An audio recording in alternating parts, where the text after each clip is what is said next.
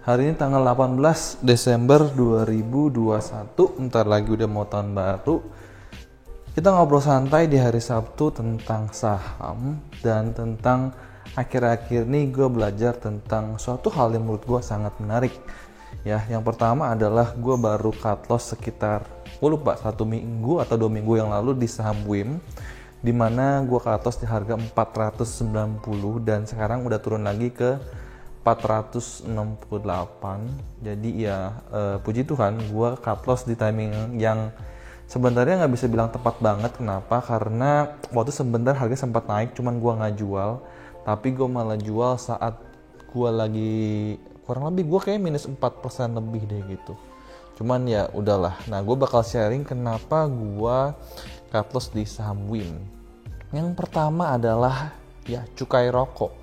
Kita tahu akhirnya di bulan Desember ini pemerintah dengan Ibu Sri Mulyani mengumumkan kalau cukai rokok naik 12%. Nah, gue bakal taruh di sebelah sini, dimana itu adalah gue udah bikin analisa kuartal pertama sampai kuartal ketiga 2020 dibandingin dengan 2021, dimana sebenarnya HPP rokok ini cukup tinggi, sekitar 80%-an ya. Cuman waktu gue beli WIM, karena WIM ini perusahaannya sehat. Kenapa? Tidak punya hutang bank, cashnya cukup banyak, dan dikelola oleh menurut gue manajemen yang bagus. Cuman ya itu lagi ya, WIM sendiri HPP-nya itu yang tergolong cukup rendah, karena HMSP dan GRM itu kurang lebih udah 80%. Dan cukai rokok itu masuk dalam HPP-nya. Jadi dia bukan di bawah di biaya, tapi dia di atas di bagian HPP. So dari WIM yang dulunya 60%, di 2021 naik ke 70%-an. Dan kalau tahun 2022 naik lagi, bayangin nanti HPP-nya WIM bakal naik lagi. Walaupun mungkin ya si gudang garam atau MSP ini mereka sudah meluncing bukan rokok digital, rokok elektronik. Nah, kalau WIM sendiri gue nggak tahu gimana langkah mereka. Nah, tapi intinya ya pemerintah ingin menekan untuk orang-orang yang rokok dengan cara harga rokok lebih mahal, ya supaya kita juga sehat. BTW gue sendiri nggak ngerokok, jadi ya gue nggak terlalu mendalami dunia rokok sebenarnya ya. Cuman menurut gue waktu itu perusahaannya bagus. So WIM menurut gue adalah perusahaan yang bagus, cashnya banyak, gak ada hutang. Cuman gara-gara dia punya industri ini, gara-gara cukai rokok ini ya, net profitnya itu sebenarnya udah kecil, udah di bawah 10%, sekitar 6-7%. Bayangin gimana kalau nanti tambah cukai rokok naik 12%, otomatis HPP naik dan net profitnya akan makin turun. Nah, jadi ada Chloe ya, ini ada anak gua BTW. Oke, kita lanjut lagi karena kita ngobrol santai, jadi nggak apa-apa ya, ada anak gua. Nah, jadi itulah kenapa alasan gua nge-cut loss saham WIM. Dan BTW salah satunya lagi menurut gua ada satu kesalahan yang gue lakukan di tahun 2021. Sebenarnya bukan kesalahan, ya tepatnya adalah karena gue nggak tahu. Menurut gue cari yang PER dan PBV-nya murah aja gitu loh. Waktu itu awal tahun 2021 gue pilih saham yang PER dan PBV-nya murah, hutangnya nggak banyak.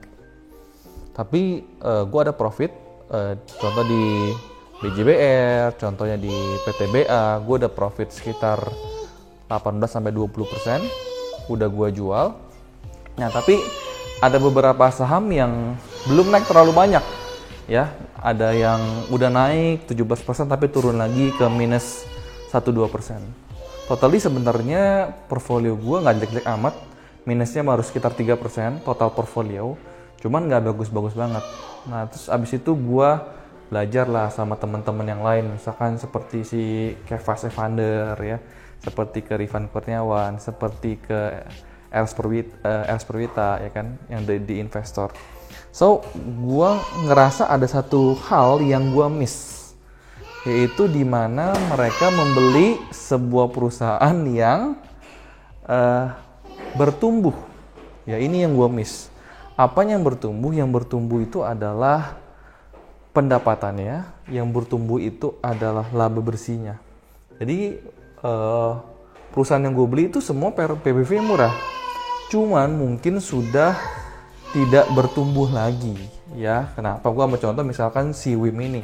Bayangin gimana dia mau bertumbuh pendapatannya dan gimana mau bertumbuh laba bersihnya kalau cukai rokok ini naik. Otomatis kan dia makin sulit untuk menaikkan dia punya laba bersihnya. Nah, menurut gue miss di situ. Gue pilih beberapa emiten yang mungkin pendapatan dan net profitnya bisa bertumbuh terus. Itu yang gue miss. Dan mudah-mudahan tahun 2022 gue bakal rebalancing dan mencoba untuk mencari saham-saham yang growth-nya bagus di tahun 2022. BTW ada nanya ke gue, bulan ini jadi nggak sih window dressing? Biasanya kan bulan 12 harga saham pada cenderung naik ya. Nah, ini menurut gue pendapat gue pribadi, selama ini sih dari tanggal 1 sampai tanggal 18 ini belum kelihatan window dressing-nya. Cuman gue berharap di akhir bulan Desember mudah-mudahan window dressing-nya kelihatan. Mudah-mudahan asing mulai ngebeli big cap seperti BCA, BRI, BMRI dan lain-lain, supaya kita punya portfolio juga ikut hijau ya di akhir tahun 2021 ini. BTW ada satu sektor yang menurut gue menarik, di mana contohnya BSD, sektor properti. Dia ada BSD, ada SMRA, ada CTRA ya. Itu menurut gua lihat laporan keuangan mereka, lihat pendapatan mereka dan laba mereka pada bagus semua. Tapi harga sahamnya lagi pada turun. Pewon juga ya. Jadi menurut gua ini adalah sebuah kesempatan mungkin di tahun 2022 nanti kita bisa lihat lagi kalau misalkan Pewon di harga 400, SMRA turun lagi ke harga 800, BSDE turun ke 900, itu menurut gue sangat menarik lagi buat kita beli lagi. Kadang-kadang kan kita menunggu kapan lagi nih saham-saham yang bagus dikasih harga murah, dan menurut gue ya mungkin di 2022 nanti kita bakal dikasih kesempatan lagi untuk beli lagi. BTW sekian ngobrol nyantai kita, ngobrol tentang saham kita hari ini. Mudah-mudahan video ini bisa bermanfaat buat kalian, dan apabila kalian suka video ini silahkan support gue dengan tekan tombol like, tekan tombol subscribe, lonceng tekan agar apabila keluar video baru kalian bisa langsung ternotifikasi. Main ke Instagram gue juga di Yusuf Arif bin Yusuf dan Jus.saham. Sampai ketemu di video berikutnya. Salam cuan dan bye bye.